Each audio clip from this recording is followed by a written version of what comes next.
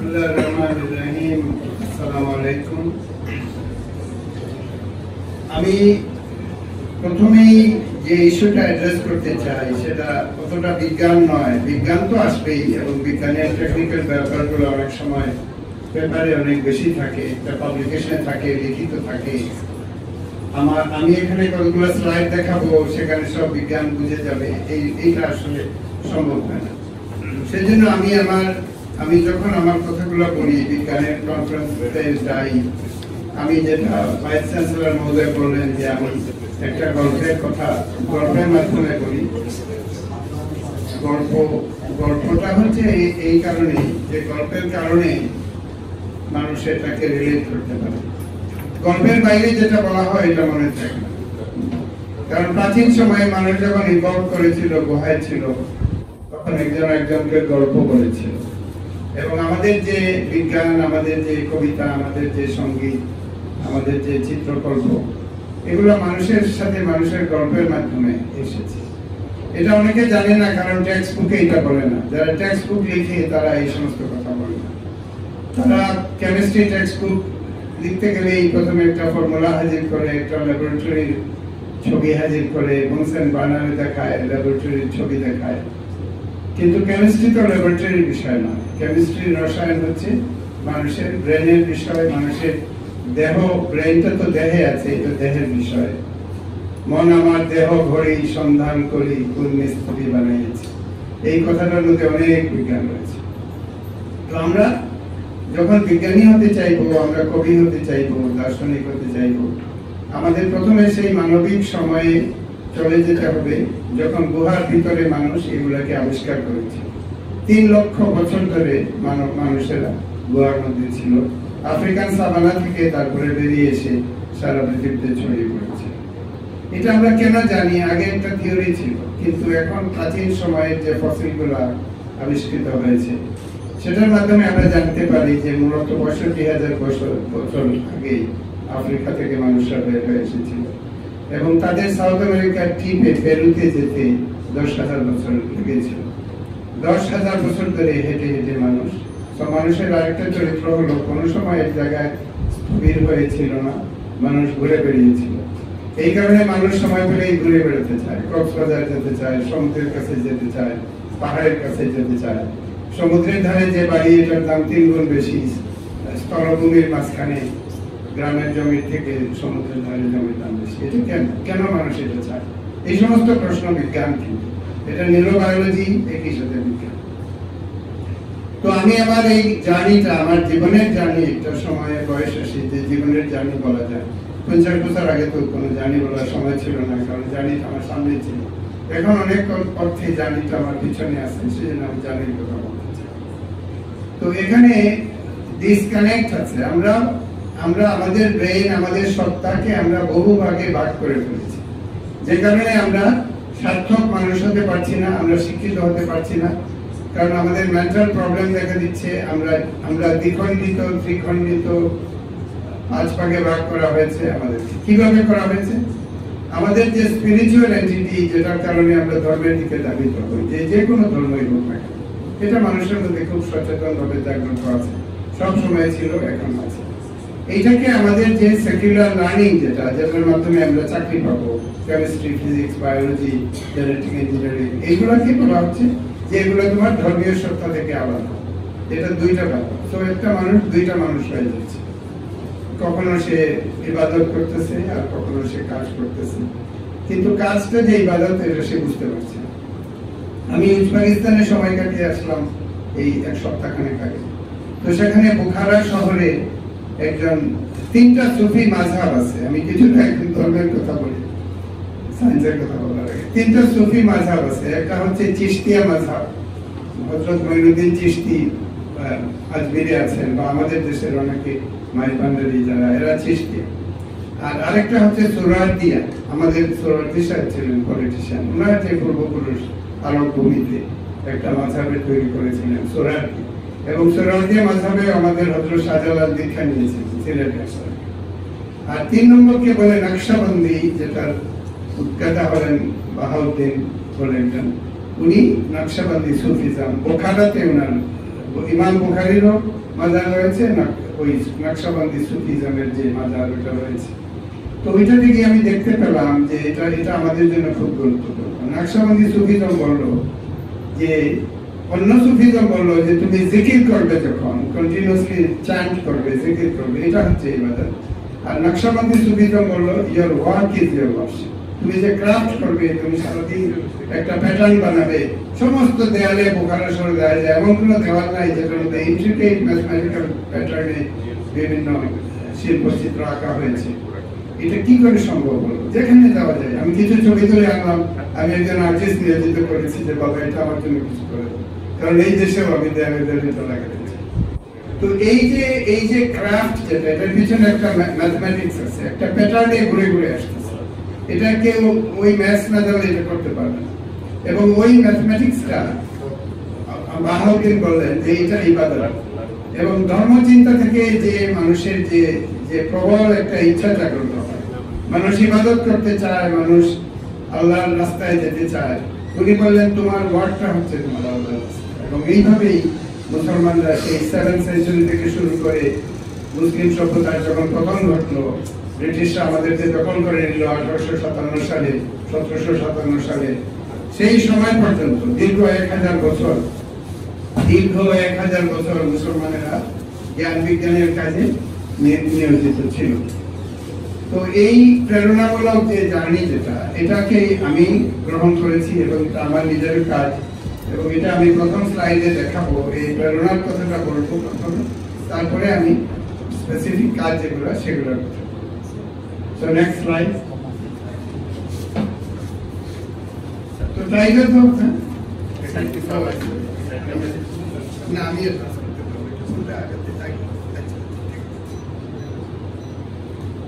তো এটা মূলত আমাদের যে বেঙ্গলের যে ভূখণ্ড, যুক্ত বেঙ্গল বা 1880 সালে কিরকম ছিল দেখা যাচ্ছে। সবাই মূলত বাংলাদেশের ম্যাপটা সেখানে নাই, বা সবাই মোটামুটি বুঝতে পারতেছো যে এটা কোথায়। যেমন আমাদের এলাকাগুলো এখানে রয়েছে, আমি স্লাইডের মধ্যে হয়তো দেখাতে পারবো না, বাট ইউ ক্যান রাফলি সি আমাদের যে এরিয়া। তো সেটার একটা চিত্র, এবং সেই চিত্র যে এই বেঙ্গল রয়েছে বৃহত্তর ভারত উপমহাদেশে লাল দেখা যাচ্ছে, সেই লালের আরেকটা অংশ হচ্ছে বৃহত্তর সিলেট ডিস্ট্রিক্ট। সেই সিলেট ডিস্ট্রিক্টের একটা অংশ এই সার্কেলে দেখা যাচ্ছে এখানে, সিলেট ডিভিশনের একটা অংশ। সেটা হচ্ছে আমার নিজের এলাকা, যেখানে আমি এখন কাজ করি। এবং আমি যখন কাজটা শুরু করলাম, সেই প্রেরণাটা আসলো আমি যে এই কথা বলবো যে আমরা কি ছিলাম, আমরা কে, এক ধরনের আত্ম অনুসন্ধান। এটা আমার বিজ্ঞানের প্রেরণা, বা আমি যে কবিতাও লিখি, এটার প্রেরণা ছিল এক ধরনের ইতিহাস, যে আমি আসলে কে, আমি কোথা থেকে আসি। তো মোটামুটি এই দেশের ইতিহাস যখন আমরা দেখি, এখানে about 13th সেঞ্চুরি আমাদের সিলেটে মুসলমানরা এই দেশে আসা শুরু করেছে। ভারত উপমহাদেশে মোহাম্মদ বিন কাসেমের মাধ্যমে প্রথমে সিন্ধে এসেছে, আর আমাদের সিলেটে এসেছে হযরত শাহজালাল 1303 সালে তিনি এসেছেন। এবং তার অনুচর হিসেবে আমার পরিবারের যে প্রধান ব্যক্তি, তিনিও ওই সময় এসেছেন 1303 সালে। তো মোটামুটি আমি যখন আমার জেনেটিক্সের দিকে তাকাই, আমি কে এই প্রশ্ন করি, যেটা জেনেটিক্স, হিউম্যান জেনেটিক্সের ধারায় করতে পারি, আমার জিন কোথা থেকে আসে। তো আমার জিনের একটা অংশ এই দেশে ছিল, যেটা হচ্ছে প্রাচীন ভারতীয় অংশ, যেটা সেই অংশের সাথে এসে যুক্ত হলো 1303 সালের দিকে, যারা সেন্ট্রাল এশিয়া থেকে আসলো, ইয়েমেন থেকে আসলো, বোখারা, সামারকান্দ এগুলো থেকে আসলো, এসে এখানে স্থানীয় একটা ফ্যামিলির সাথে বিবাহ বন্ধনে আবদ্ধ হলো। এবং আমাদের চৌধুরীদের, আমার নিজের পরিবারের সূচনা হলো 700 বছর আগে এই এলাকায়। এবং কি করে হলো, একজন লোকাল কিং, ত্রিপুরার রাজা আমার পূর্বপুরুষকে বললো যে তুমি যদি একটা তীর মারো, তাহলে ওই তীর দিয়ে যেখানে পড়বে ওই ব্যক্তির ভূমি তুমি পেয়েছো। এটা এখানে আমি আবার তৈরি করেছি, যে কোথা থেকে তীর মেরেছিল, কোথায় গিয়ে তীর পড়েছিল, এবং তীরকে এনসার্কেল করে যে এরিয়াটা কানিহাটি করোনা আমরা বলি, সেটা আমরা পেয়েছি। এবং সেই জমিতে একটা ভগ্নাংশে আমি এখনো কাজ করি। তো এটা জানা আমার জন্য খুব গুরুত্বপূর্ণ ছিল, কারণ এটা আমার জন্য সবচেয়ে উত্তম কোয়ালিটির জেনেটিক্স। আমি নিজের জেনেটিক্সই না জানলাম, তো আমি বাইরের কি জেনেটিক্স করবো, এরকম একটা চিন্তা ভাবনা। তো আমার সব কাজের ইন্সপিরেশন, এই জন্য আমার অপটিমিজম শেষ হয় না। আমি কখনো পেসিমিস্টিক হই না, আমি কখনো ভাবি না কি করব, কোথায় যাব, তো পরীক্ষা একটু পাস করতে পারলাম না আমি ভেঙে পড়লাম, এগুলো আমার ভালো। কারণ আমি দীর্ঘ ইতিহাস থেকে প্রেরণা পাওয়ার একটু সন্ধান করেছি। আমি সবাইকে এটা বলবো যে পরীক্ষা এবং জিপিএ এবং অনেক পেপার পাবলিশ করা হয়েছে, প্রফেসর সাহেব বলেন, এইগুলা চাপ হিসাবে অনুভব না করা, এগুলো ইম্পর্টেন্ট। একটা দীর্ঘকালীন জার্নিটা ইম্পর্টেন্ট, দীর্ঘ যাত্রাটা ইম্পর্টেন্ট। মানে পরীক্ষায় পাস করে একটা কতগুলো পেপার পাবলিশ করবো, এটা খুবই গৌণ একটা ব্যাপার। মুখ্য ব্যাপার হচ্ছে যে গভীর জীবনবোধের সাথে, গভীর ইতিহাসের সাথে নিজেকে সংযুক্ত করা, তারপর সব বিজ্ঞান কবিতা সব সহজ হয়ে যাবে। তো আমি তখন আমার পুরোনো আলমারিতে পেলাম অনেকগুলো ফার্সি ডকুমেন্ট, অনেক ইয়ে করে পেলাম, রিসার্চ করে, যেগুলা এই সমস্ত ডকুমেন্টের মাধ্যমে আমরা এখানে এসেছি। তো মুঘলরা একটা ফার্সিতে লেখা ডকুমেন্ট দিয়েছিল যে এই উত্তরে এই পাহাড়, দক্ষিণে এই পাহাড়, নদী, এগুলা বলে আমাদেরকে ল্যান্ড গ্রান্ট দিয়েছিল। পরবর্তীকালে প্রথমে তো আমরা একটি ভূমি পেলাম, তারপরে আমরা অনেক ফার্সি ডকুমেন্ট পেলাম। তো এটা এমন এক ফার্সি যে এটা কেউ পড়তে পারে না। আমি ঢাকা ইউনিভার্সিটির ফার্সি ডিপার্টমেন্টে নিয়ে গেলাম, তারা বলে এটা তো প্রাচীন একটা লিপি, প্রাচীন নিয়মের লেখা, আমরা পড়তে পারছি। কিন্তু ফাইনালি আমি একজন স্কলার পেলাম, এবং ইংল্যান্ডে আরেকটা স্কলার পেলাম, আরেকজন পেলাম যে পার্সিয়ান অরিজিনের, অস্ট্রেলিয়া থেকে। তারা আমার এটা পাঠোদ্ধার করতে পারলো, এবং উপরে লেখা আছে পরগনা হে কানিহাটি, ফার্সিতে লেখা আছে, আর নিচে আমরা বাংলায় লিখছি পরগনা হে কানিহাটি। তো আমি ভাবলাম মুঘলরা এখানে এসে যে ল্যান্ড, এখন আমরা যে উপজেলা বলি, জেলা বলি, মুঘলরা বলেছিল প্রত্যেকটা ল্যান্ড ইউনিটকে পরগনা বলেছে। তো পরগনা কেন বললো? আমি বিজ্ঞানের কারণে আমি সবকিছুতে করতে হবে, একটা শব্দ আমি অ্যাকসেপ্ট করি না, আমি শব্দটা কোথা থেকে আসলো এটা সন্ধান করি, এটা আমার নেচার। তো আমি ভাবলাম এই পরগনা কোথা থেকে আসলো, এটা তো প্রাচীন সংস্কৃত যে আমাদের ধারা ছিল মুসলমানরা আসার আগে, সেখানে পরগনা কথা নেই, এটা একটা ফার্সি শব্দ। তো এই প্রত্যেকটা ল্যান্ড ইউনিটকে পরগনা বলে কেন, এটা আমি অনেকদিন বুঝতে পারি নাই। ইনফ্যাক্ট মাসখানেক আগে আমি এটা বুঝতে পেরেছি। আমরা কি করে আমি মাসখানেক আগে, আমি প্রায় 20 years ধরে এটা বলে পণ্ডিতদেরকে জিজ্ঞেস করছি, সরকারে জিজ্ঞেস করছি, গুগল করছি, চ্যাট জিপিটিকে জিজ্ঞেস করলাম, উত্তর পাচ্ছি না। আমি উজবেকিস্তানে গেলাম, তো উজবেকিস্তান একটা বিরাট একটা দেশ, তোমরা গুগল করে দেখে নিও। তো সেটা একটা অংশ হচ্ছে ফারগানা ভ্যালি, একটা বিশাল একটা এরিয়া যেটা তাজিকিস্তান এবং উজবেকিস্তান শেয়ার করে, এবং এটাকে বলে ফারগানা ভ্যালি। তো ফারগানা ভ্যালি আমাদের জন্য ইম্পর্টেন্ট, যে মুঘল সম্রাট বাবর যে মুঘল বংশের সৃষ্টি করেন, ওনার বাড়ি ছিল ফারগানা, এবং ফারগানা থেকে উনি এসেছিলেন। এবং বাবরনামা বলে একটা বই আছে, বাংলায় আছে, পুরো পড়বে। তো ওইখানে বাবর বলছেন যে হাই, ভারতে এসে আমার ভালো লাগছে না, আমি কেন আসলাম, কোথায় আমার সেই ফারগানা ভ্যালির ওই আনার, যেটাকে আমরা পমেগ্রেনেট বলি, ওটা কোথায়, সেই নদীগুলো কোথায়, এইভাবে এইসব কথা আছে ইয়েতে বাবরনামা। উনি সুখী সম্রাট ছিলেন, সাকসেসফুল ছিলেন, কিন্তু সুখী ছিলেন না, নস্টালজিয়া আক্রান্ত ছিলেন। তো আমার যে গাইড ছিল সে আমাকে বলে যে দেখো এটা তো ফারগানা, কিন্তু পার্সিয়ান ভাষায় এটাকে বলে পারগানা, এটা পারগানা, এই জায়গাটার নাম পারগানা। এবং সে আমাকে আরেকটা খবর দিল, এটা ভেরি ইন্টারেস্টিং। সে বললো যে বাবর এত হোমসিক ছিল যে সে ভারতে আসার পরে প্রত্যেকটা ল্যান্ড ইউনিটকে সে ফারগানা বলতে চাইল বা পারগানা বলতে চাই। এই কারণে আমাদের সমস্ত ল্যান্ড ইউনিটকে বলে পারগানা, পারগানা হে কানিহাটি। এটা তো বাবর নিজে বলে নাই, বাবর এই ধারাটা তৈরি করছে যে প্রত্যেকটা ল্যান্ড ইউনিটকে আমরা যেভাবে গ্রাম বলি, গ্রাম কেন বলি, একটা লোক কোন একটা সময় একটা ল্যান্ড ইউনিটকে গ্রাম বলেছে একটা বিশেষ সময়। তার আগে গ্রাম শব্দটা ভোকাবুলারিতে ছিল, বা এরশাদ সাহেব বললো উপজেলা করতে হবে, উপজেলা বলে সে একটা হাইব্রিড শব্দ তৈরি করে, আধা জেলা, তাই না? তার আগে আমরা জেলা বলতাম। ঠিক সেভাবে পারগানা একটা শব্দ, এবং নস্টালজিয়ায় আক্রান্ত বাবর তার সেই প্রাচীন পারগানার নামকে আমাদের কাছে প্রতিষ্ঠিত করার কাছে। তো তুমি দেখো এই ইতিহাস জানলে suddenly it has a meaning. এবং ইউ নো যে পার্সিয়ানরা সেই ফার্সি ভাষায় 14th শতাব্দীতে এই দেশে এসেছিল, এই দেশকে গ্রহণ করেছিল, এখানে এগ্রিকালচার করেছিল, এবং পূর্ববঙ্গ এবং সিলেটে আবাদ করেছিল, সেই জন্য সব জায়গার নাম আবাদ। তো মুদ্রা কথায় আমরা একটা হাইব্রিড জাতি, আমি নিজেও হাইব্রিড, আমার মধ্যে একটা অংশ হচ্ছে ভারতের সেই প্রাচীন ধারা, যেটা হিন্দু বৌদ্ধ বা তারও আগের যে প্রি হিন্দু যে এনিমিস ধারা আছে, এটাকে আমার একটা আমার অংশ। এবং এবং আরেকটা হচ্ছে যে বাইরে থেকে এসেছিল। রবীন্দ্রনাথ খুব সুন্দর করে এটা বলেছে যে কেহ জানে কেহ নাহি জানে কার আহ্বানে এত মানুষের ধারা। মানে কেন এখানে আসলো, এটা তার একটা প্রশ্ন তার মনে উদয় হয়েছে।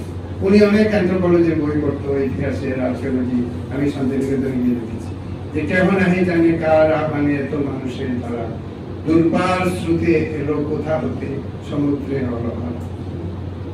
হেথায় আর্য হেথা এনার্য হেথায় দ্রাবিড় চীন, শক গুণ দল পাঠান মোগল এক পেরে অনলি।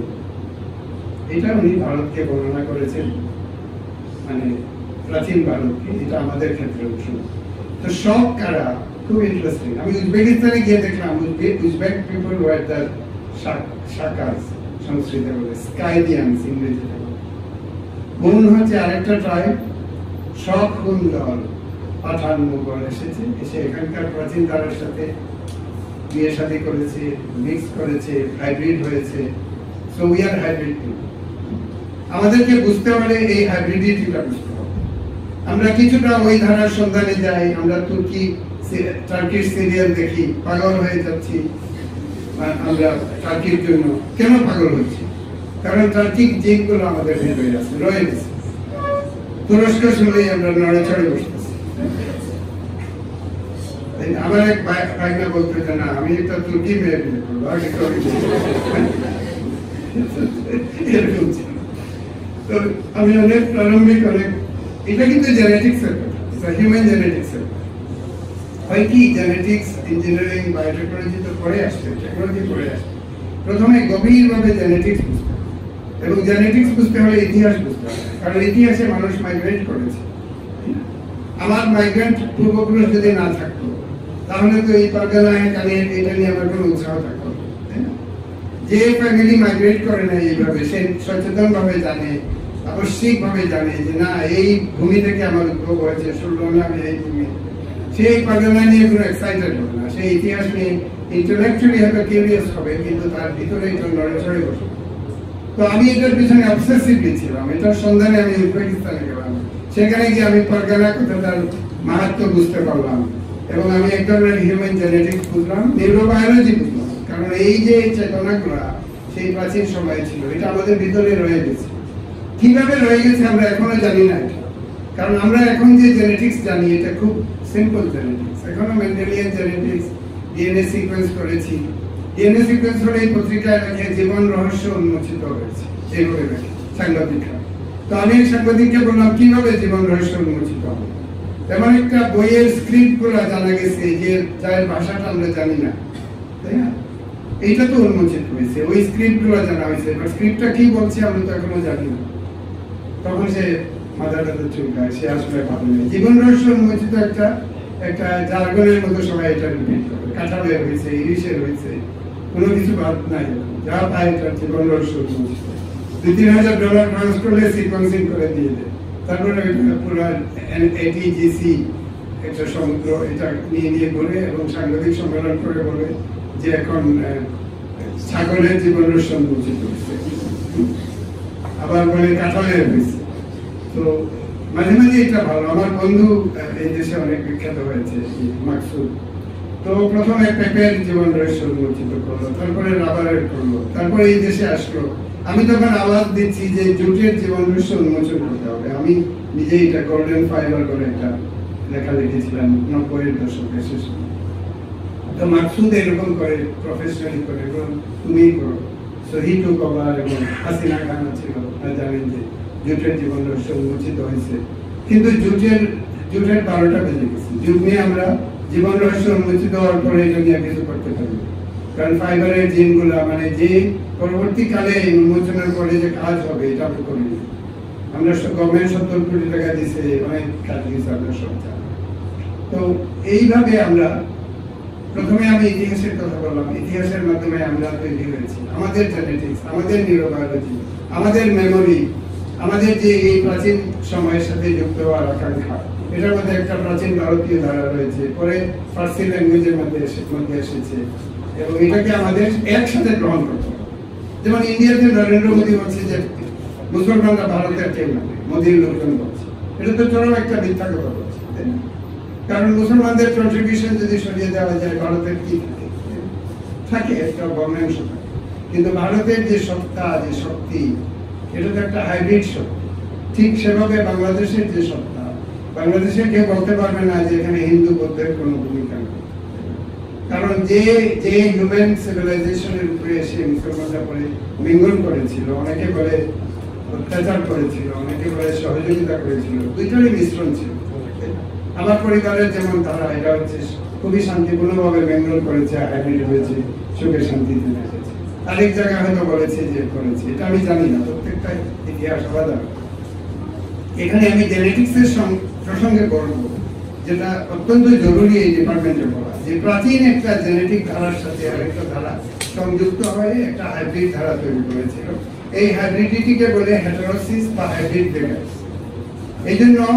এই জন্য পূর্ব বাংলা, সিলেট বা বাংলাদেশের মুসলমান যারা, তাদের ভিতরে হাইব্রিড ভেগাসটা আছে, কারণ তারা দুটা সাংস্কৃতিক ধারা, দুটা জেনেটিক ধারাকে ধারণ করে।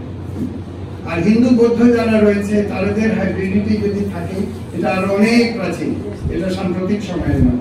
আমি 13th সেঞ্চুরিকে বলবো সাম্প্রতিক সময়, আর 10,000 বছর আগের কথা বলবো যে অতি প্রাচীন। অতি প্রাচীন কথা এখন নাই বলা। তো এটা হচ্ছে, আমি খুব দুঃখ বলবো, তো এইরকম একটা ডকুমেন্ট আমি কেউ করতে পারে না, কিন্তু আমরা অত্যন্ত পবিত্রতার সাথে এটাকে রাখতেছি, কিন্তু করতে পারতেছি। আমি আমার মাকে বলতাম যে এটা কি জিনিস, এটা তো কেউ করতে পারে না, যে না এটা খুব পবিত্র, এটা একটা কাপড় দিয়ে মুড়ে রাখা হয়েছে। তো এই ডকুমেন্ট পাওয়ার পরে এইভাবে এনফোর্স হয়ে আমি এক ধরনের কাজে লেগে গেলাম। প্রায় 25 বছর আগে 2000 সালে এই দেশে আসা শুরু করলাম। ওইখানকার জব টব বন্ধ করে দিলাম, ত্যাগ করলাম। পশ্চিমা জগতে 80 সালের দিকে গেছিলাম, আর 20 বছর পরে এটাকে কাইন্ড অফ ত্যাগ করলাম, দেশে চলে আসতে হবে।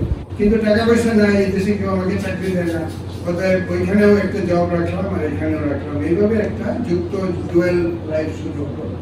এবং প্রথমে যে প্রশ্নটা, এখন আমি মূল প্রশ্নে আসি, যে সেটা হচ্ছে যে ক্রপ ব্রিডিং সিস্টেমে কিছু গাছ আছে যেটা চিরকালীন, যেটা মারা যায়, যেমন আম গাছ, কাঁঠাল গাছ 20 বছর 30 বছর ধরে আমি দিচ্ছি। আর কিছু মারা যায়, যেমন ডান দিকে আমাদের শস্যগুলা একবার শস্য দিয়ে মারা যায়। কিন্তু কিছু পেলাম যে এই গ্রাস, যেটা মাঝখানে দেখা যাচ্ছে নেপিয়ার গ্রাস, এটা মারা যায় না এবং চারদিকে রুট দিতে থাকে এবং লাগাই দিলে হচ্ছে। বাম দিকে রয়েছে নেপিয়ার গ্রাস। তো আমি ভাবলাম যে ধানকে কি নেপিয়ার গ্রাসের মতো করা যায়? একটা প্রশ্ন, যে ধান কেন মারা যাবে, একবার ফসল দিয়ে কেন মারা যাবে, এটা চিরকালীন হবে না কেন, হওয়ার পথে বাধা করতে। এইভাবে আমার কাজটা শুরু হলো। এবং একই সময়ে আমি আরেকটা কাজ, এটা একটু মানে গোয়িং ফরওয়ার্ড, আরেকটা কাজ আমি বিদেশে করছিলাম। সেটা হচ্ছে যে একটা বীজ উৎপাদন করতে পলেন লাগবে কেন, পিতাকে কেন লাগবে, পিতৃহীন বীজ কি করা যায় না? এটার একটা সার্থক বা সফল কনক্লুশন হয়েছে 1 বছর আগে, এটা নেচার প্লান্টসে কভার ছিল। এই যে শিশুটা, এই যে এটা রাইসে হয়েছে, এটা কোনো পলেন লাগে নাই। এটা আরেকটা কাজ আমি প্লান্টে করছিলাম এবং এটা সাকসেসের কারণেই আমি এই পেরেনিয়াল প্রজেক্টটা করতে সাহসী হয়েছিলাম। এবং এই কাজটা সম্বন্ধে প্রথমে বলি। তো এটার এই পিতৃহীন বীজের ব্যাপারটা হচ্ছে এরকম, যে যখন একটা হাইব্রিড ফার্মার কিনে এবং হাইব্রিড বীজ রাখে এবং লাগিয়ে দেয়, তখন একটা F2 সেগ্রিগেশন হয়, বামে দেখা যাচ্ছে। F1 এর প্রজেনি কালো কালো গাছ পায়। এই জন্য ফার্মারকে আবার গিয়ে হাইব্রিড বীজ কিনতে হয়, কারণ এই এক গাছটা এক সাইজের পায়। কিন্তু আমার এই টেকনোলজি ইউজ করে, বা অ্যাপোমিক্সিস যেটাকে বলে, এটা যদি ব্যবহার করা হয়, পিতৃহীন পলিনেশন যদি না হয় হাইব্রিডের, এবং মায়ের শরীর থেকে যদি পূর্ণাঙ্গ জেনেটিক্স নিয়ে বীজ নির্মিত হয়, তাহলে এটা ডানে দেখা যাচ্ছে আউটকামটা, যে প্রত্যেকটা হাইব্রিডের বাচ্চা হাইব্রিড হবে। এটা একটা অসাধারণ অ্যাচিভমেন্ট, যেটা কিঞ্চিত হলেও আমরা করতে পেরেছিলাম। এটার সাথে রেলেভেন্ট জিনগুলো ডিসকভার করেছিলাম এবং একটা আন্তর্জাতিক একটা কমিউনিটি তৈরি হয়েছে, তারা এটা করছে। আমি নিজেও এই কাজের সাথে যুক্ত আছি।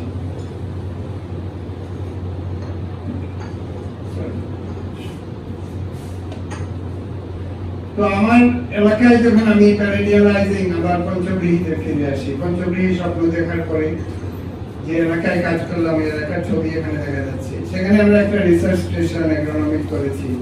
সবাই সেখানে যাওয়ার জন্য দাওয়াত রইল, যে কেউ আসতে পারে, সেখানে থাকতে পারে, রাইস ব্রিডিং করতে পারে, আমাদের থাকার জায়গা আছে, চা নাস্তা। এখানকার কেউ হয়তো এখানে এসেছে, আমার এখানে ভিজিট করেছে। So you are most welcome to come. একটা নদী রয়েছে, নদীর একটা পার্ক রয়েছে। ড্রোন হওয়ার কারণে আমি এটা জানতে পারলাম। সারা জীবন সেখানে কাটাইলাম যে নদীর এই বাঘ আছে এটা জানতাম, কারণ এটার উপর দিয়ে কোনদিন প্লেন চড়ি না, এই প্লেনে না হলে তো তখন জানা যেত। তারপরে যখন ড্রোন উড়ে আমি জানি এই যে যেটাকে আমি নদী মনে করি একটা অংশ, এটা একটা বিউটিফুল বাঘ রয়েছে, এবং এটাকে হর্সশু বলে, একটা হর্সশু বাঘ। এবং যখন এই হর্সশু বাঘটা ইগনোর করে নদীটা কানেক্টেড হয়ে যায়, তখন একটা ট্র্যাপড লেকের সৃষ্টি হয়, এটাকে বলে বাওর। আমরা বলি বাংলাদেশ হাওর বাওরের দেশ, কিন্তু বাওর কি আমরা জানি না। বাওর হচ্ছে একটা পরিত্যক্ত নদী। একটা নদী যখন এই এরকম বাঁকা বাঁকে যাবে, এটাতে আপসেট হয়ে যখন সরাসরি চলে যায় টুকরাক করে, তখন একটা পরিত্যক্ত লেকের তৈরি হয়, এটাকে বাওর। আমরা একটা কোন দিন এটা বাওর হবে আমি জানি না, খুব ফ্লাড হবে, তারপরে বাওর হয়ে যাবে। তো সেখানে আমরা একটা স্বপ্ন দেখলাম, এই স্ক্রিনিংটা বামে, যে একটা গাছকে আমরা কেটে দিব, তারপরে যখন এটা হারভেস্ট করে ফেলবো, এটার মধ্যে আমরা নতুন করে জাগরণ খুঁজবো। হেভি নিউট্রিজেনেসিসের পরে আমরা প্রবলভাবে জেনেটিক চেঞ্জ ইন্ট্রোডিউস করবো, জিএমও করবো না, জিএমও থেকে আমি দূরে থাকতে যাই। তখন আমরা আবার সিলেক্ট করবো, সমস্ত গ্রামকে নিয়োজিত করলাম, কয়েক লক্ষ গাছকে দেখলাম যে কোনটা মিলিয়নে একটা কি এরকম হয় নাকি। এরকম 5 বার করলাম, অনেকদিন ধরে করলাম, প্রায় 7-8 বছর ধরে এটা করলাম। 3-24 বছরে 3টা সিজন, অনেক দিন করার পরে যেটা পেলাম, এটা এখানে দেখা যাচ্ছে যে মাঠে কৃষকরা ধান লাগিয়েছে, নতুন ধান, আউশ ধান লাগিয়েছে, আর আমার গরুর শরীর থেকে একটা আউশ বেরিয়েছে, পেকে গেছে। এখানে সব ধান কাঁচা, আমার ধান পেকে গেছে। এটা এই টি শেপ যে এটা এখানে এটা দেখা যাচ্ছে 2022 সালের ছবি। কিভাবে করলাম এইটাই, কোনো ছাত্র নাই, কোনো পোস্টডক নাই, কোনো শিক্ষক নাই, গ্রামের কৃষকরা দিয়ে ধান খুঁজতেছে।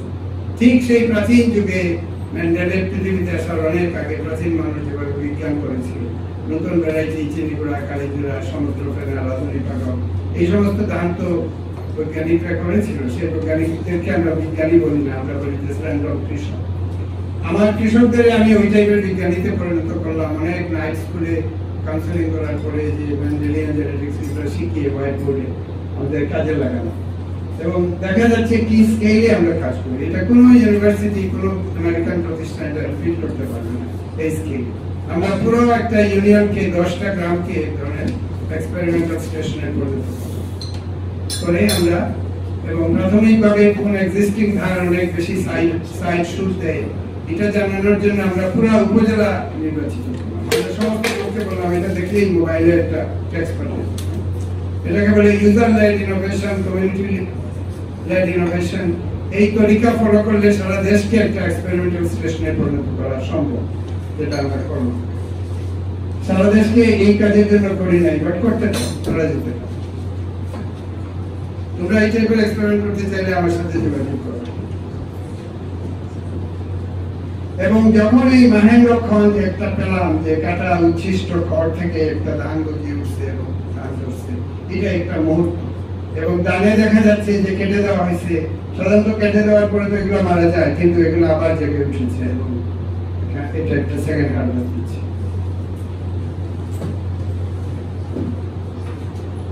এটা এই বছরের রেজাল্ট। এটা হচ্ছে 4th হারভেস্ট, 4 নম্বর হারভেস্ট।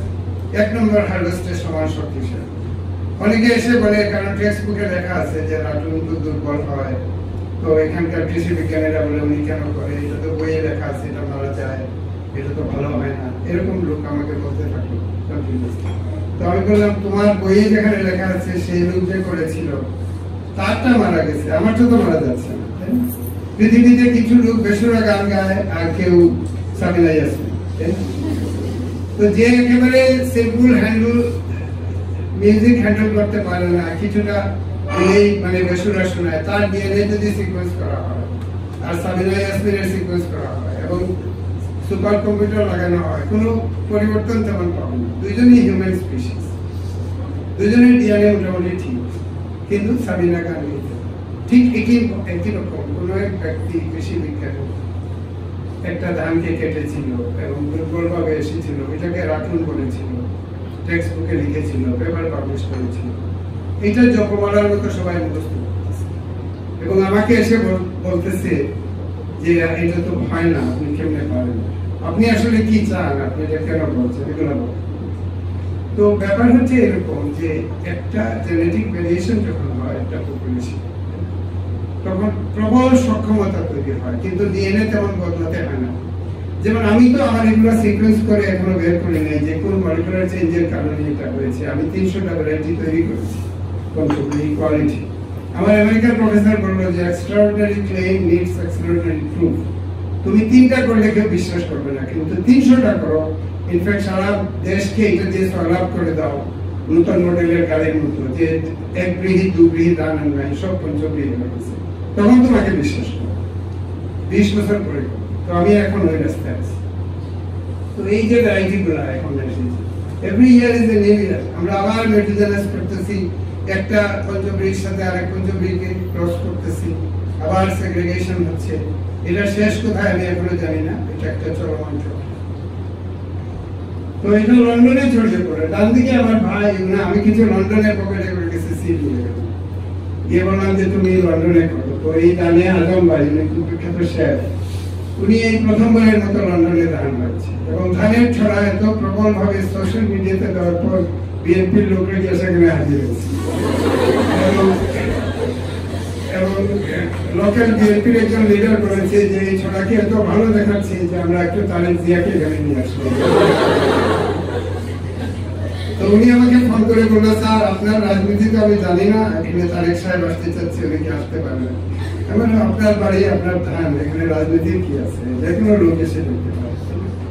তো বিএনপির যে শীষ, যেটা ধানের শীষ, এটা এক ধরনের আমার কাজ হয়ে গেছে। আমি তো আসলে এইভাবে চাই নাই, এখন আমি ভাবলাম যে নৌকা শেপের একটা ধান বানাবো নাকি দাঁড়িয়ে পোলার মতো লাগছে।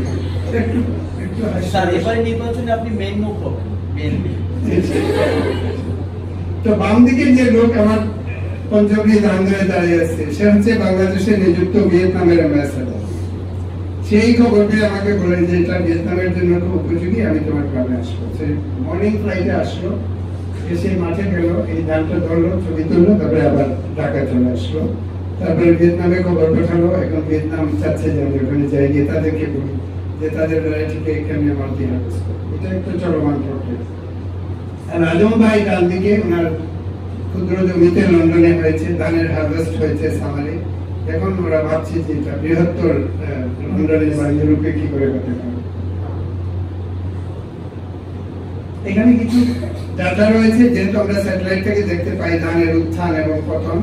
এটা এক ধরনের সাইকেলের মতো ওঠা নামা করে পঞ্চব্রিহি। তো আমরা এটা স্যাটেলাইট থেকে মনিটর করেছি। স্যাটেলাইট থেকে ধানের এই যে গ্রোথ, যেটা এটা মনিটর করা যায়, এই ডাটাগুলো এখানে রয়েছে। এটা আমি ভেঙে বললে অনেক সময় লেগে যাবে। সব দেখে নিয়ে যে ক্রপ প্রেডিকশনটা, ক্রপের গ্রোথটা, এটা স্যাটেলাইট ডাটা থেকে করা যায় এবং আমরা এটা করতে পারি। আমাদের সক্ষমতা রয়েছে। যারা স্যাটেলাইটে কাজ করতে চাও আমার সাথে যোগাযোগ করবে।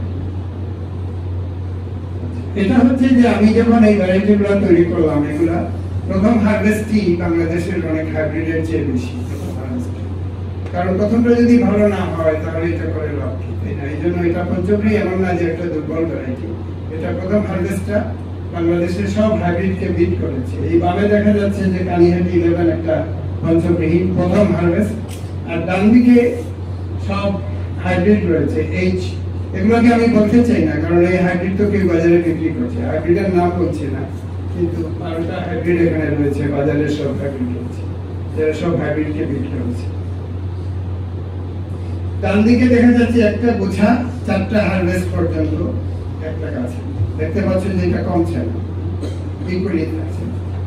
এবং বিভিন্ন ডাটা আমরা গ্রেইন নাম্বার, গ্রেইন কোয়ালিটি আমরা করছি, অনেক ডাটা করছি। আমরা অনেকদিন এটা করি নাই, কিন্তু শেষ পর্যন্ত আমরা যখন পঞ্চব্রিহি ধান খুলে বের করলাম, ধানের 3টা পঞ্চব্রিহি, আর বামের 3টা হচ্ছে সাধারণ কৃষকের ধান। মানে রুট 50 গুণ বেশি ওজন বেড়ে গেছে। রুট ম্যাসিভ রুট সিস্টেম পঞ্চমী। উপরে যত কাটা হচ্ছে, যত তৃতীয় দ্বিতীয় হচ্ছে, তো নিচে রুট বাড়ছে, যেটা একদম দিক আউট না করলে বোঝা যায় না। এবং বাম দিকে দেখাচ্ছে যে একটা রুট কত বড় হতে পারে, একটা ফাইল থেকে একটা ছবি। মোটামুটি জিনিসটা এরকম জানে। আবার আমি বলি যে বামের এইটা একটা সাধারণ ভ্যারাইটি, কাটার পরে দুর্বল হয়, যেটাকে রাটুন করে। আর আমাদের গুলা হচ্ছে কারণ আমরা এটা ভাবে সিলেক্ট করেছি। বামে আবার আমি ধরে আছি একটা সাধারণ পঞ্চগ্রীন। আর উপরের ছবিতে দেখা যাচ্ছে যে মাটিতে কার্বন বেড়ে গেছে। আমরা যখন সয়েল কার্বন মাপলাম, সয়েল কার্বন ডিপ্লিশন বা কমে যাওয়া বিরাট সমস্যা। তো এটা তো আমি চাই নাই, এটা এক ধরনের বোনাস হিসাবে পেলাম যে মাটিতে কার্বন, সয়েল কার্বন যেটা বলে, এটা অনেক বেড়ে গেছে। এবং এটা একটা বিরাট ব্যাপার ক্লাইমেট মিটিগেশনে, কারণ আমরা অ্যাটমসফিয়ারে অনেক কার্বন ডাইঅক্সাইড আর মাটিতে কার্বন কম। তো কার্বন ডাইঅক্সাইডকে আমরা মাটিতে আনতে চাই, এবং এটা পঞ্চগ্রীন ধান এটা একটা মেথড হিসাবে এটাতে কাজ করবে। আমাদের 10 মিলিয়ন হেক্টর জমিতে আমরা সাধারণ বর্তমান ধান না লাগিয়ে যদি পঞ্চগ্রীন লাগিয়ে যাই, তাহলে আমাদের প্রায় $50 বিলিয়ন বার্ষিক কার্বন সেকুয়েস্ট্রেশন মানি আসে। অন্য ক্রপগুলোকে আমি প্যারালাইজ করতে লেগে গেলাম। ভুট্টা নিয়ে আমরা কাজ করছি, খুবই interesting. Corn genetics on the side আমরা কর্নের কালার নিয়ে কাজ করি। আমি খুব দ্রুত এখন বলবো বার্লি, ওটস, কিনোয়া। আমাদের একটা লোকাল কিনোয়া রয়েছে, আমরা বলি বাতুয়া। এটা সবসময় একটা আগাছার লোক অবশ্যই ট্রিট করতো। এটা আসলে কিনোপোডিয়াম একটা কিনোয়া। পার্ল মিলেট, যেটাকে আমরা পার্ল মিলেট না, আমরা কাওন বলি, ইন্ডিয়াতে বলে আগেই এরকম গ্রেন রয়েছে। এটা হচ্ছে ফক্সটেল মিলেট, যেটাকে আমরা কাওন বলি। এটাকে আমরা ডিপলি সেকেন্ড হারভেস্ট করতে পেরেছি। ফক্সটেল মিলেটকে আমরা কাটার পরে যে সেকেন্ড হারভেস্ট হয়েছে, আমরা কাইন্ড অফ একটা, যেমন আমরা হাতুড়ি ডিসকভার করছি, তাই না? যেমন পৃথিবীতে হাতুড়ি ছিল না, আমরা হাতুড়ি ডিসকভার করি।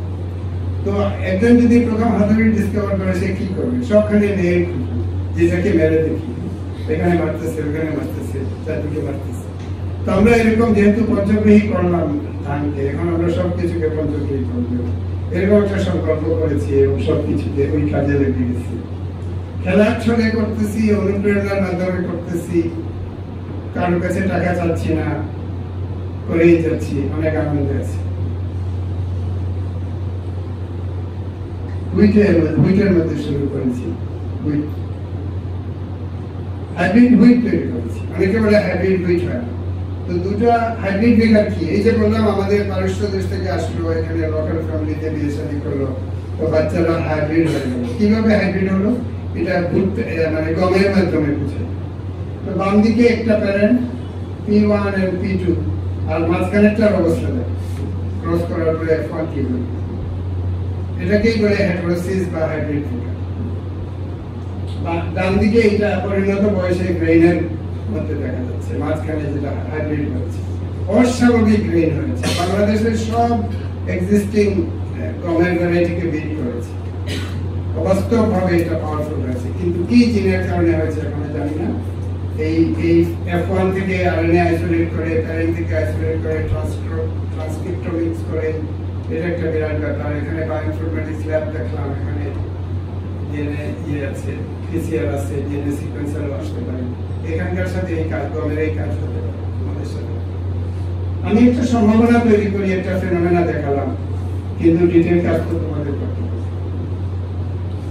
সরগমে করতেছি, তিসি আছে একটা ফ্ল্যাক্স ডান দিকে, এটা থেকে ভালো তেল হয়, তিসির তেল। আবার ফাইবার থেকে, স্টেম থেকে ফাইবার হয়, যেটাকে লিনেন বলে। লিনেন, এটার আরেক নাম রাইনিয়াম, ল্যাটিন ভাষায় রাইনিয়াম। এই জন্য এটা পৃথিবীর প্রথম তন্তু, এবং ফার্সিতে এটাকে বলে কাপ্তান। এবং এটাকে কাপ্তান বলতে বলে পরবর্তীকালে ইউরোপিয়ানরা তুলাকে বলে কটন, কারণ কাপ্তান মিন্স ফাইবার। আর আমাদের কাতান শাড়ি ওইখান থেকে আসছে। এই শব্দ আমাদের কাতান শাড়ি আর ইংরেজি কটন শব্দ একই ব্যাপার। আবার শব্দের মাধ্যমে আমরা কিছু শিখি। আমরা এই কাপ্তান আসলে কিছু বের করলাম ফাইবার। তো আমরা আমাদের মাঠ থেকে এখন যে পরিমাণ ফাইবার পাচ্ছি, খুব তাড়াতাড়ি আমরা শাড়ি টাড়ি বানানো শুরু করে দেব। এখন আরেকটা কুইকলি মিটিংটা স্টোরি বলি। একটা হচ্ছে যে একটা উইড আছে আমাদের সমুদ্রে আছে, আমিও কালেক্ট করেছি কক্সবাজার থেকে, এটাকে বলে অ্যাসপারাগাপসিস ট্যাক্সিফার্বিস, ব্রাউন সি উইড। এখন আমি আরেকটা গল্প বলছি, এক গল্প শেষ, পেরেনিয়ালাইজেশন, হাইব্রিড বিকাশ, এগুলো শেষ, শস্যের গল্প শেষ। এখন মিথেনের গল্প বলি। এখন গরুর পেট থেকে অনেক মিথেন নির্গত হচ্ছে। একটা 2 নম্বর, প্রথমটা কার্বন ডাইঅক্সাইড, 2 নম্বর খারাপ গ্যাস মিথেন, অনেকে বলে মিথেনই 1 নম্বর। আমাদের যত গরু আছে এগুলো মিথেন নির্গত করছে, এত মিথেন নির্গত করছে যে একটা গরুর ফার্মে যখন অনেক গরু থাকে, এটা স্যাটেলাইট থেকে দেখা যায়। শুধুমাত্র মিথেন দেখার জন্য একটা স্যাটেলাইট রয়েছে, সেন্টিনেল-5, এটাকে বলে ট্রপোমি।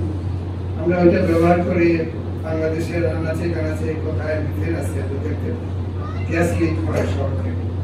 তোমাদের এই ল্যান্ডফিলে ঢাকার টাঙ্গাইল রাস্তায় যে পাহাড় পরিমাণ আবর্জনা রেখেছে, ওই মিথেন স্যাটেলাইট থেকে দেখা যাচ্ছে।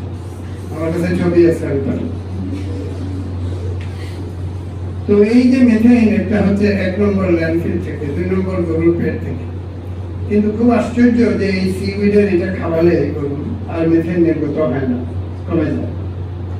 এই যে বাংলাদেশের মিথেন, এটা হৃৎপিণ্ডের মতো ধকধক করতেছে, লাল, এটা হচ্ছে মিথেন। আর ব্লুটা ধকধক করতেছে পার্বত্য চট্টগ্রাম, সেখানে কোনো মিথেন নেই, এটা খুব ভালো। আমরা যদি মিথেন অ্যাভয়েড করতে চাই, আমাদের সবাইকে ওখানে চলে যেতে হবে, খাগড়াছড়ি যেতে হবে। বিরাট বিশাল ব্যাপার। স্যাটেলাইটের মাধ্যমে আমরা দেখতে পাই। এই স্যাটেলাইট টেকনোলজিটা খুব ভালো, আমার লোকজন রয়েছে, আমরা ট্রেনিং দিব।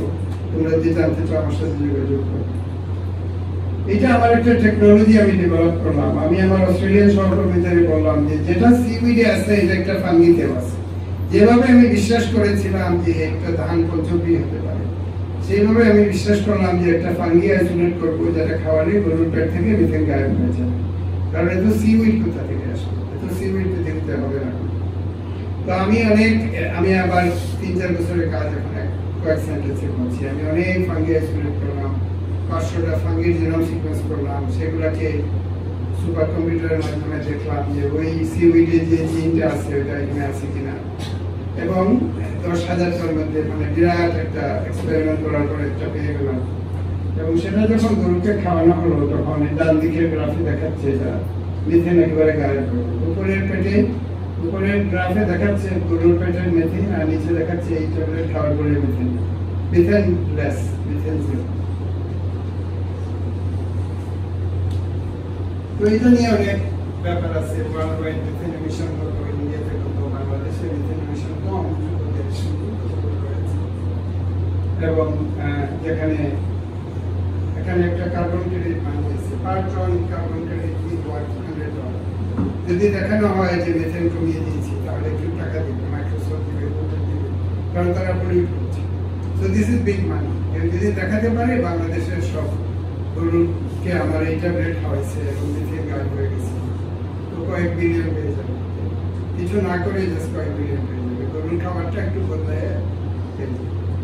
তো এটা আমি লাইফ স্টকের অ্যাডভাইজারকে বলেছি, প্রেস কনফারেন্স করে ঢাকায় বলেছি, সবাইকে জানিয়ে দিচ্ছি। আমি যেমন বিবেক মুক্ত, বিবেকের কোনো দংশন নেই, কারণ কেউ বলবে যে প্রধান না, চুপচাপ করে এই দেশে সবাইকে জানিয়ে দিচ্ছি। কিন্তু কেউ যে দ্রুত আমার দিকে এগিয়ে আসছে এটা সুবিধা করবো। এই দেশে একটা স্থবিরতা আছে, কিছু কিছু ব্যাপার নিয়ে মানুষ পাগল হয়ে যায়, আর বিজ্ঞানের ব্যাপার নিয়ে যেমন একটা নিস্তব্ধ, এই নিস্তব্ধতা এখন বিরাজ করতেছে। অনেকগুলো প্যাটেন্ট আমরা পেয়েছি, ইউএস প্যাটেন্ট, অস্ট্রেলিয়ান প্যাটেন্ট। এটা একটা প্যাটেন্টের টেকনোলজি। অস্ট্রেলিয়াতে আমাকে বলেছে তোমার দেশ যদি কিনে নেয় তাহলে কিনে নিই, আমরা বিক্রি করে দেবো। তো তোমাদের মধ্যে যদি কেউ রিচ থাকে বা একজন আত্মীয় থাকে, তোমরা বলতে পারো অ্যাভেলেবল আছে। আমি কিন্তু সবাইকে বলেছি, ফরিদা আক্তার লাইফ স্টকের অ্যাডভাইজারকে বলেছি, ঢাকায় প্রেস কনফারেন্স করে বলেছি, পত্রিকায় খবর ছেড়েছি, ইউটিউবে ভিডিও আছে, সব চলে গেছে। 2 নম্বর গল্প শেষ হলো। 3 নম্বর হলো আমার যে পৈতৃক জমির একটা অংশ, এটা হচ্ছে একটা হাজিপুর ইউনিয়ন, 10টা ভিলেজ।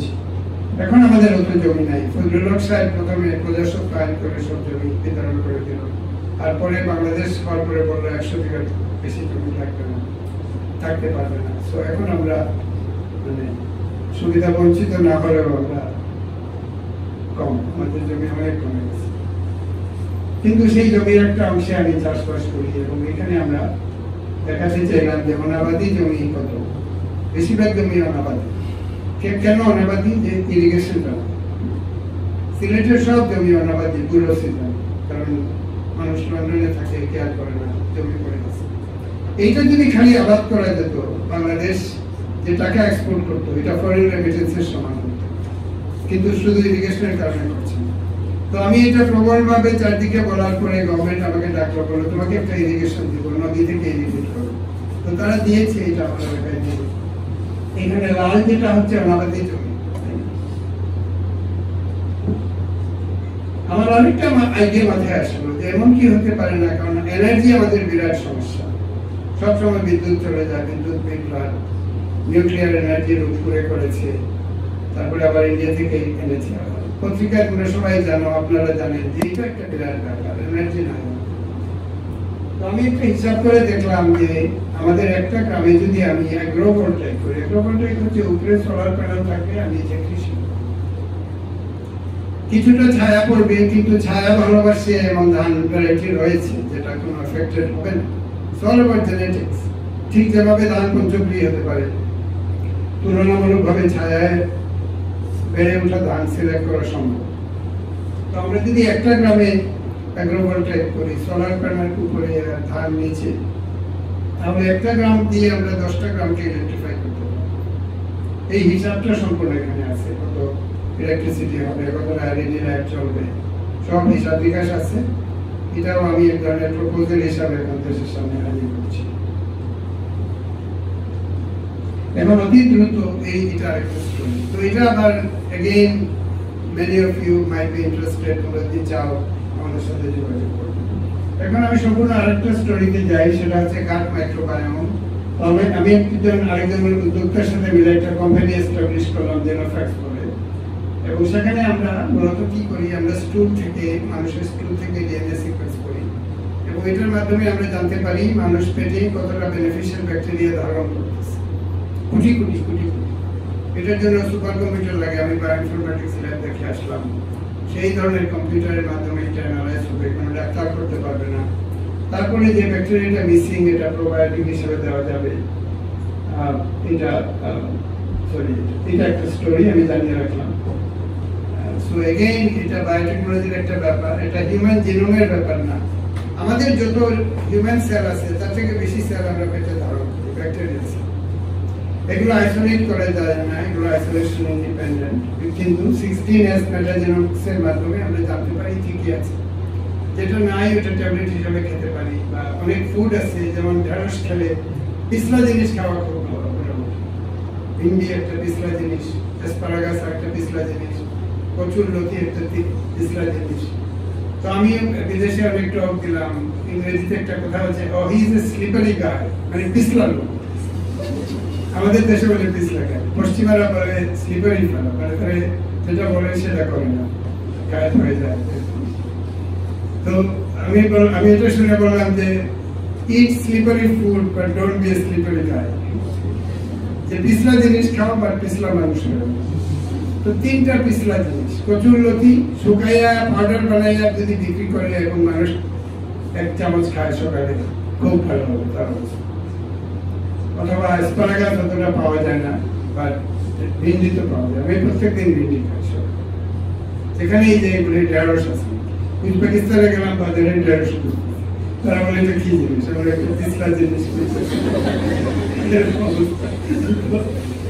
তো এটা কেন, এটা এক ধরনের গল্প, কিন্তু এটার কারণ আছে। এটা খেলে হয় কি, পেটে একটা ব্যাকটেরিয়া বাসা বাঁধে। এই পিছলা একটা স্টার্চ কার্বোহাইড্রেট, এটাকে বলে মিউসিন। এবং যে মিউসিন ভালোবাসে তাকে বলে মিউসিনের ফিলিয়া। এই ফিল কথাটা আবার এই শব্দের সন্ধানে গেল, ফিল কথাটা খুব ইম্পর্টেন্ট। যেমন যে ঘোড়া ভালোবাসে, ঘোড়ার নাম হইল হিপো, হিপোপটেমাস মানে পানির ঘোড়া। তো যে হিপো, এই জন্য এই ঘোড়াকে আমাদের এটাকে এই এলাকাকে হিট করে, কারণ ঘোড়াতে মানুষ আগে চড়তো, এই জন্য বডির এই অংশকে হিট করে। তো যে ঘোড়া ভালোবাসে সে হলো ফিলিপো, এবং ওয়েস্টার্ন নাম ফিলিপ, সবাই ফিলিপ, পশ্চিমাদের নামে অনেক ফিলিপ আছে। এটা কেন? কারণ তার পূর্বপুরুষ ঘোড়া ভালোবাসে এবং এই জন্য তাকে বলতো যে এই লোকটা ফিলিপ। আমি একটা কথা বলবো, তো এই যে মিউসিন, তাই না, মিউসিন বিজ্ঞানী ভাষা, পিছলা জিনিস হচ্ছে মিউসিন। যে মিউসিন ভালোবাসে সে হলো মিউসিনিফিলিয়া। ব্যাকটেরিয়া, যে ব্যাকটেরিয়া মিউসিন ছাড়া খেতে পারে না, মিউসিনের অভাবে সে মারা যাবে, সে হলো মিউসিনিফিলিয়া। এবং অ্যাকারম্যানস বলে একজন বিজ্ঞানী এটাকে ডিসকভার করেছিল, এই জন্য এটাকে বলে অ্যাকারম্যানসিয়া মিউসিনিফিলিয়া।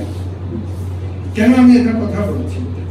এর কারণ হলো যার পেটে অ্যাকারম্যানসিয়া মিউসিনিফিলিয়া থাকে সে বেশি বাঁচবে, অনেক 10 বছর বেশি বাঁচবে।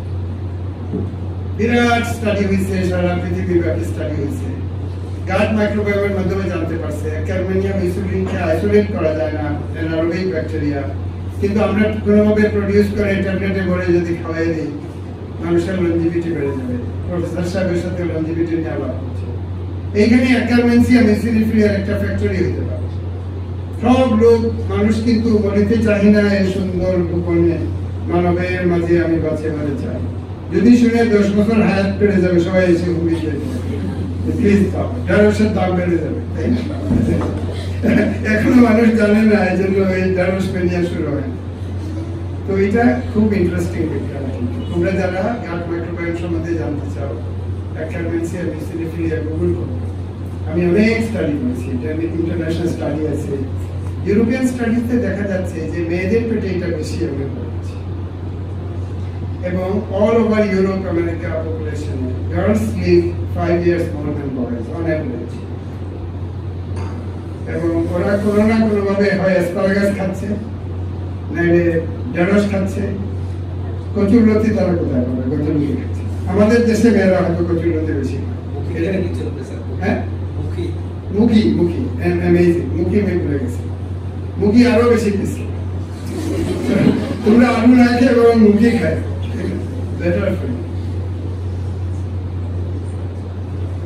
এখন আমি আরেকটা জিনিস বলে আমার মনে শেষ করবো।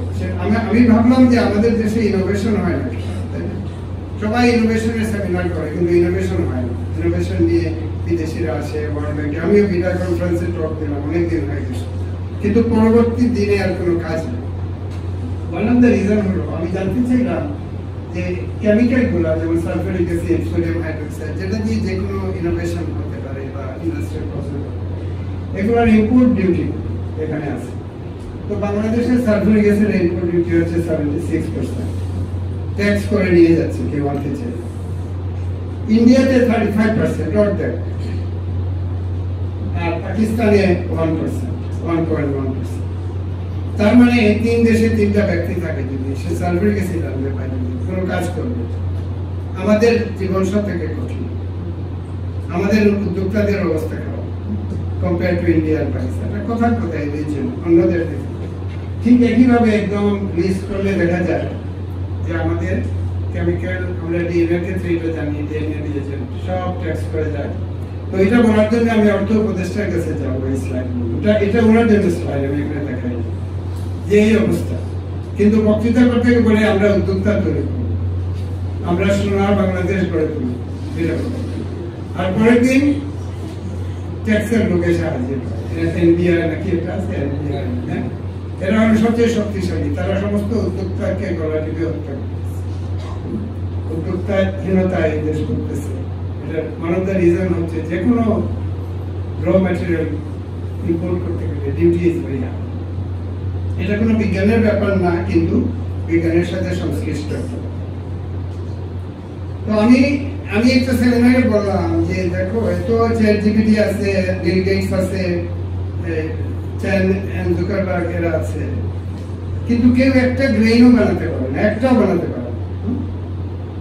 একটা ধানের শস্য কণা, একটা গম, একটা ভুট্টা, এখন পর্যন্ত কোনো লোক, ইলন মাস্ক, কেউ বানাতে পারে না।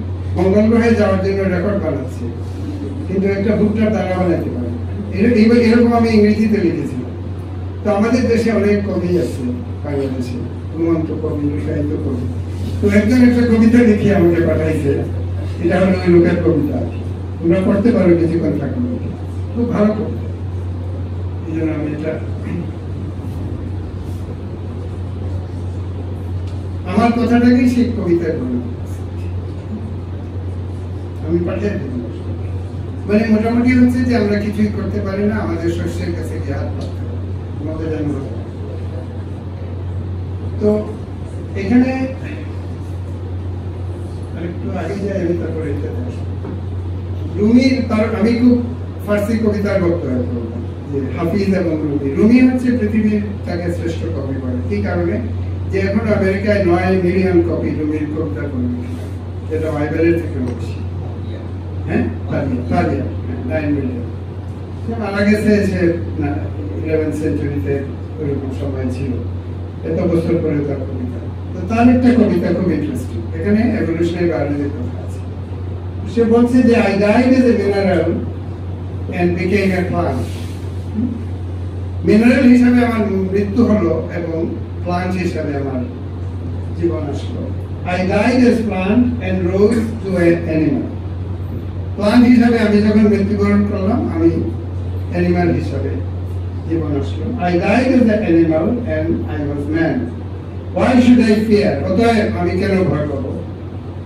When was I less by dying? মানে মৃত্যুর ফলে তো আমার ভালোই হয়েছে, এটা বলতেছে।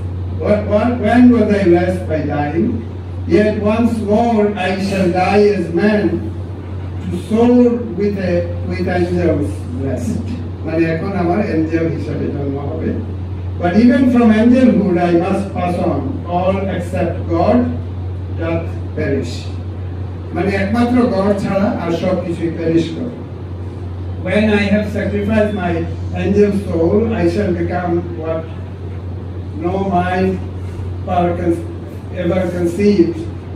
Oh, let me not exist. এটা সুফির একটা থট, যে আমরা বিলীন হয়ে যাব, আমরা ঈশ্বরে বিলীন হয়ে যাব, আমরা অদৃশ্য হয়ে যাব, আমরা নির্বাণ লাভ করবো, যেটা বুদ্ধিজমে বলে। এটার দিকে আমি যাচ্ছি। Proclaims in organ tones, to him we shall return, এবং to God we will return. তো এইটা একটা ডারউইনের অনেক আগে, সে মোটামুটি একটা ট্রান্সফরমেশন থ্রু এভলিউশনের কথা কিন্তু বলেছে।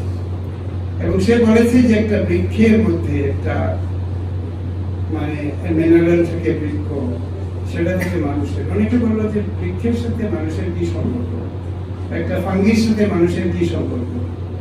এটা দেখানোর জন্য আমি এই ছবিটা দেখাবো।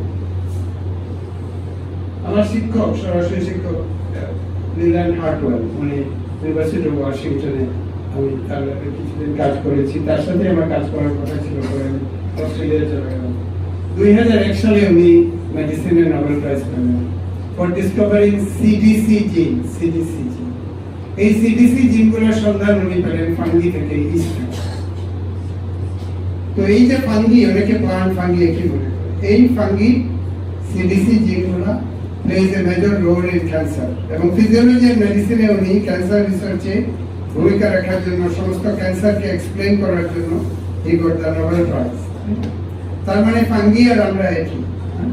ফাঙ্গির জিনগুলো আমাদের শরীরে রয়েছে, আমাদের ক্যান্সার তৈরি করছে।